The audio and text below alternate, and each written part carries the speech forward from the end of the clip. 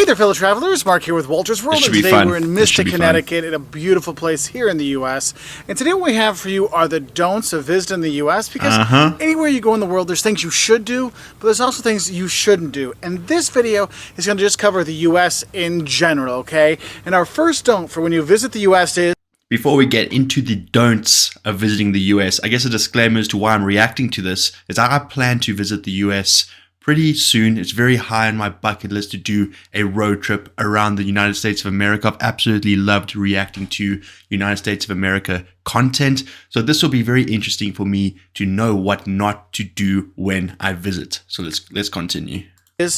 Don't touch the Americans.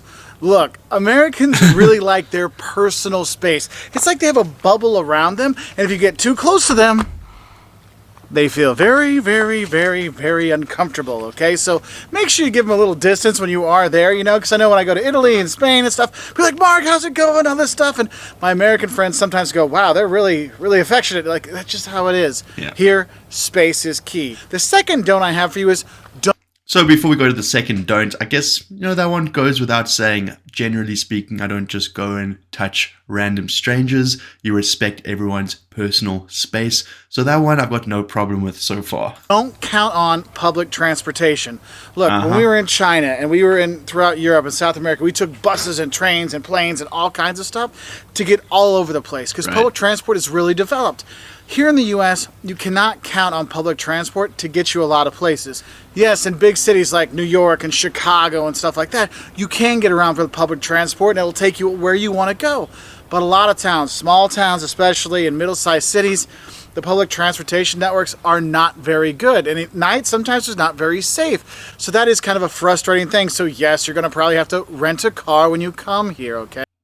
Okay, so this one I also have zero problem with. Being from South Africa, our public transport is terrible, very unsafe, very dangerous, and doesn't really have the variety of connections to truly get you from point A to B easily. So I've always driven wherever I go. So arriving in the US, renting a car and driving where I need to go on my road trip will be no problem. But he does make a good point. The European public transport is definitely more developed.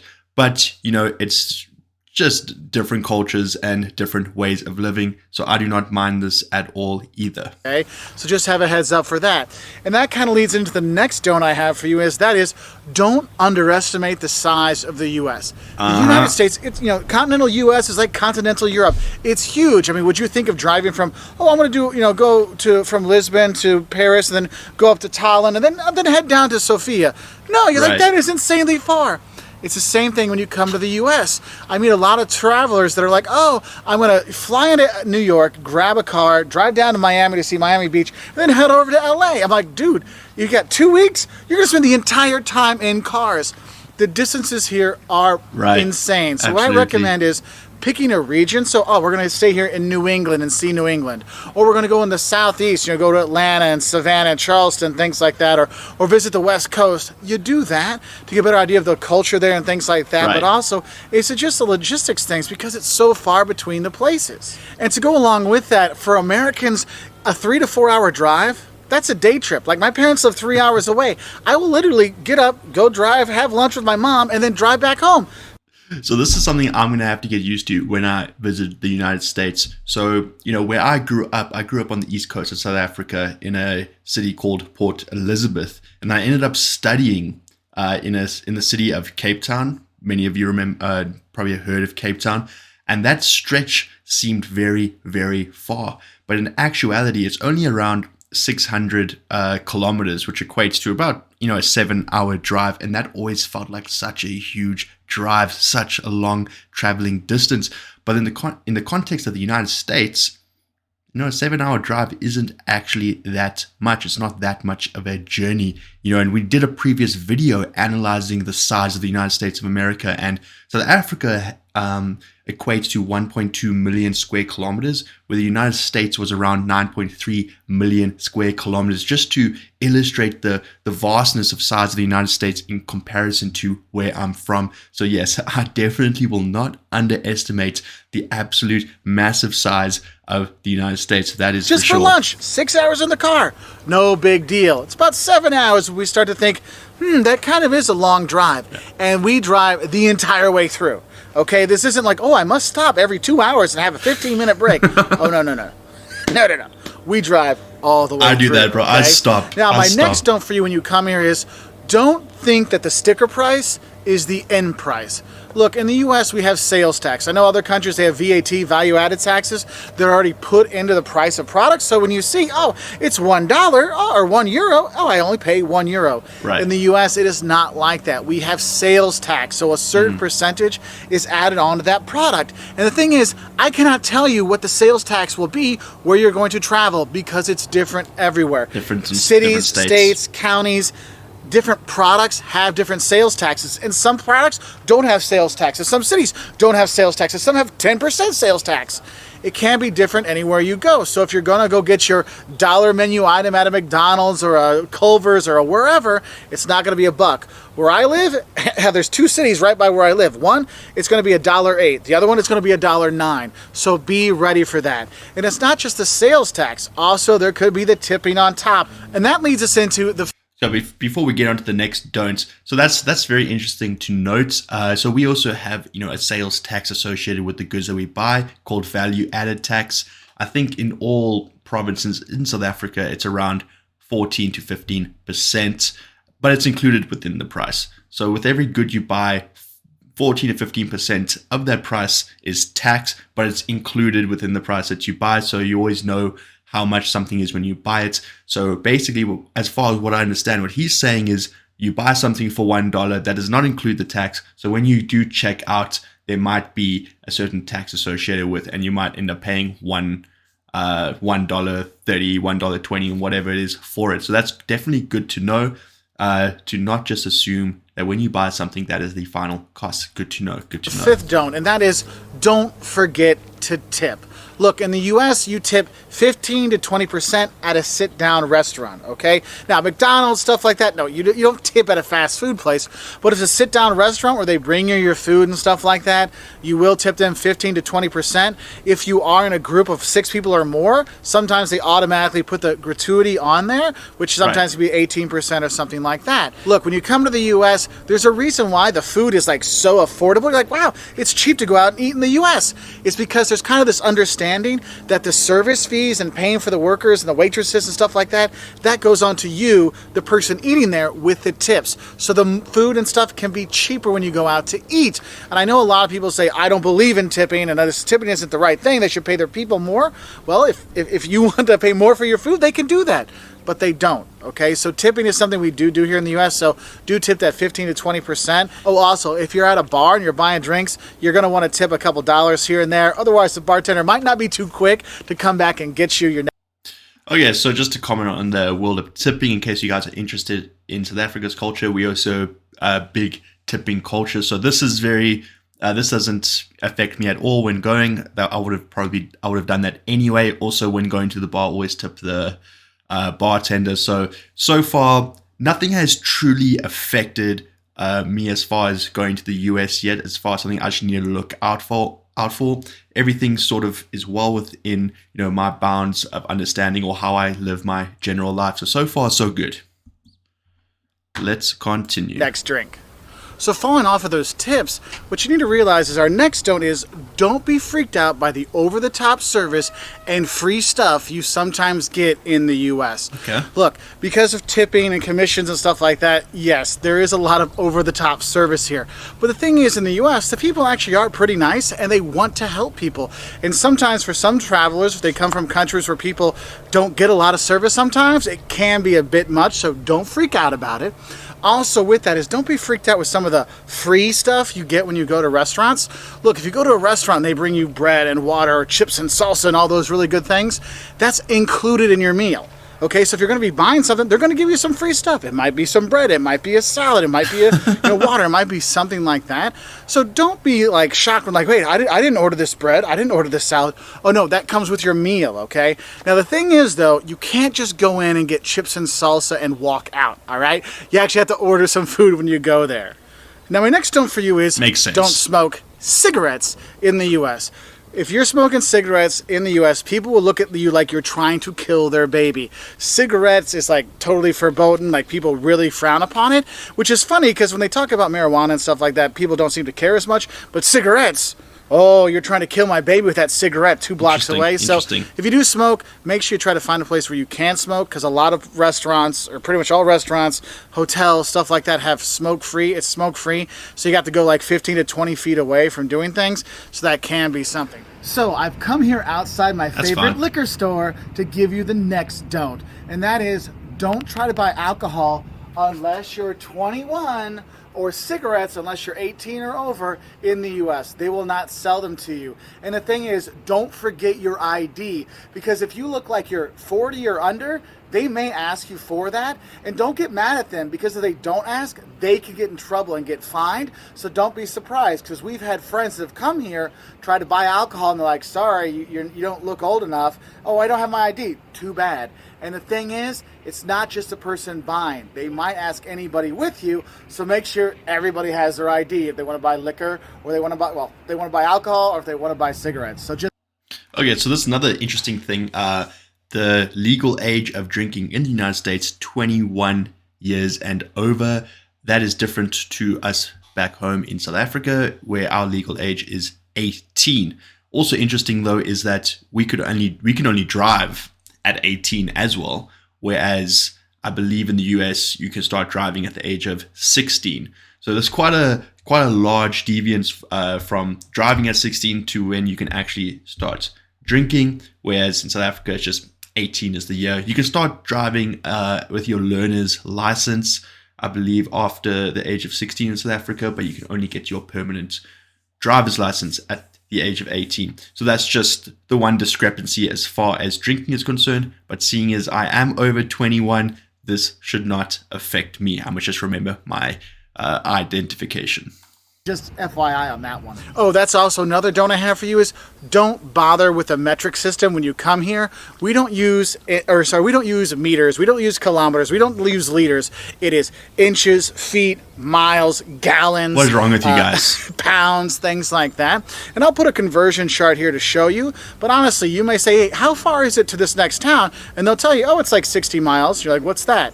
Just know 60 miles, it's about 100 kilometers, okay? So just do that, because the people here won't get it. I mean, I have people, when I'll tell them, oh, it's 100 meters away, they're like, 100 meters? It's like 100 yards. Oh, okay.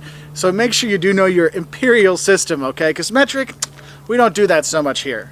So our next don't is when you do come to the U.S., there's a couple things you don't talk about, okay? One is gun control, and two is politics, because no matter where you are, you will get people on either side of the spectrum, and they will have an argument with you. So it's best just to lay off those topics, talk about the weather. Oh, wouldn't it be nicer if it was sunny today and we could go sailing? Yes, that would be much better than discussing gun control or politics. Just putting that one out there for you right now. So this is actually, I think, a good tip in general, not just United States, but anywhere. If you're talking to strangers, why even get involved with politics or any of those heavy discussions? If you're in the comfort of your own home, or if you're out with friends, people you trust, then these political discussions definitely take place. But if you're around strangers, why even bring that up? Generally, politics and gun control, and these are very, very heavy topics, and there's never really a good outcome when discussing them, because you're bound to run into people with different viewpoints to you, and it's going to create a heated discussion. So I agree with that. Don't talk about gun control or politics is a pretty good tip. Now, my next note for you is don't assume that all the U.S. and all the Americans are the same. Because I know a lot of people say, oh, you're a typical American. Well, it's like saying you're a typical European. Look, the U.S. has all kinds of different cultures, all kinds of different people, all kinds of different topography and scenery and stuff like that. And when you come here, don't assume it's all the same. You will see regional differences in cuisines and how people treat each other and how everything looks, all kinds of stuff. So don't just think there's just one kind of American. They're all fat, slobby guys with ponytails. No, there's actually a lot of skinny people in America too, not just fat guys like me and my buddy Jeff. There are those. So don't assume it's all the same, all right? So do go out and explore. And that's why I always say is if you're going to come to the U.S., go and explore different regions because you'll get a really different feel. Because going to the southeast and seeing the plantation homes and going to see the southern towns down there versus going to the northwest and Seattle and Portland or going to San Francisco or going to the Midwest with Chicago and Milwaukee, you're going to have a very different feel, which is really a cool thing to do. And you start to understand is, wow, the U.S. does have a lot of different cultures within it, a lot of different feelings when you go around here. And So this is actually a very good tip for anyone that is willing to go to the United States or actually any country in general. Different regions within a country are going to have different groups of people that act differently. There's 50 different states in the United States, and every different state is going to have a group of people that are slightly different from the other one. And this is the same thing if you were to visit South Africa. Us in the Eastern Cape of South Africa act very differently to those in the Western Cape, who act very differently to those in Natal, KwaZulu-Natal. So, if you were to visit South Africa, it's also very good to visit the different provinces and get a different feel for the different cultures and the different ways of life. And that is why when I visit the United States, I don't want to be stuck in one place. I want to do a road trip and get a feel for the different regions of the United States, because most definitely different cultures in different parts are going to exist. So that's definitely a very, very good point by this content creator. following on with that, I guess I would say another don't assume there's no culture in the U.S. because there are a lot of cultural centers out there. If you go down to New Orleans, you see a very rich culture there. You go to New York or Boston. Here in New England, you have a very distinct culture. In the Midwest with Chicago, Milwaukee, you go to the West Coast. I mean, there's a lot of different culture here. Historic culture with the Native Americans or more recent culture here. I mean, you have all that here. Right. You can really take in. And saying there's no culture in the U.S., it's not really true because there are all these different cultural centers with great museums like the Art Institute of Chicago or the Met in New York, the Getty in LA. There's all kinds of stuff you can see and do when you are here. For a cultural trip, it's not just seeing beautiful landscapes and seascapes like we are here in Connecticut. There's a lot more to it than that. Now, my next don't for you. So before we get to the next don't, I've never truly understood this when people assume Americans don't have culture. I mean, you just have to look back in the history books, baby. Just look at American history. It's one of the most decorated and beautiful histories in all of the world. It formed a huge part of modern civilization. You know, that fight for freedom during the Revolutionary War and all those morals that were built amongst the American founding fathers that still carry to this day. To assume that America doesn't have culture, you must definitely be very, very stupid indeed. And part of the reason why I want to go to America is because of the, American culture that is so diverse across the whole country. So assuming America doesn't have culture, that would be ridiculous. And if that is something you assume, then you probably shouldn't be visiting. It's one that I kind of get a lot of questions about. We actually have a video on this, and then that is, don't think that how are you or how's it going is actually a question. Look, when we say how's it going, how are you, these kind of things in the US, it's not a question, it's a statement. It's like saying hi. Okay, just take it as a hi. Because a lot of people say this, everyone asks me how I'm doing. When I try to tell them how I'm feeling, they're like, well, I was just saying how are you. Here, how are you is just hi. Think of it that way. It's like in France, ça va, ça va. How's it going? How's it going? We're good to go. In Portuguese, tudo bem, everything good. You answer back, tudo bem, everything good. It's just, how are you? How are you? It's just you a move greeting. on, okay? So Just a greeting. don't think it's an actual question, all right? Now, another don't I have for you is don't expect a lot at the fancy hotels. You're thinking, oh, I'm going to pay more money for this hotel. I'm probably going to get nicer stuff, like a nicer breakfast, better Wi-Fi. Oh, no. For some reason in the US, it seems like the nicer the hotel, the more you have to pay for the things you think would be free, like Wi-Fi and breakfast. So don't feel like you have to stay at the fancy hotels, because honestly, if you're going to be going out and exploring, you just need a couple beds, right?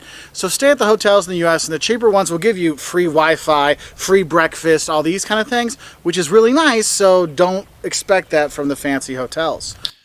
So this is definitely something that I'm going to have to consider when I visit, when me and my friends do our road trip through various regions and we stop over somewhere. What accommodation should we get? Should we get, a typical motel, or should we get a low budget hotel? Should we get an Airbnb? These are the definitely type of things that we have to consider, because, your living costs as far as your accommodation definitely racks up your budget. And I guess if we're just stopping over, one night here or there, we don't need fancy accommodation. So this is definitely good advice that I'm going to take on board. Probably don't have to spend too much on accommodation.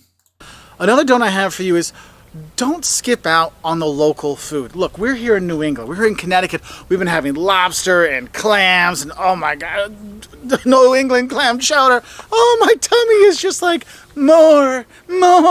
It's fantastic. And when I'm in the South, man, Southern fried chicken, mac and cheese, barbecue. Oh my God. The food in the different regions in the U.S. are great. So don't just go to chain restaurants.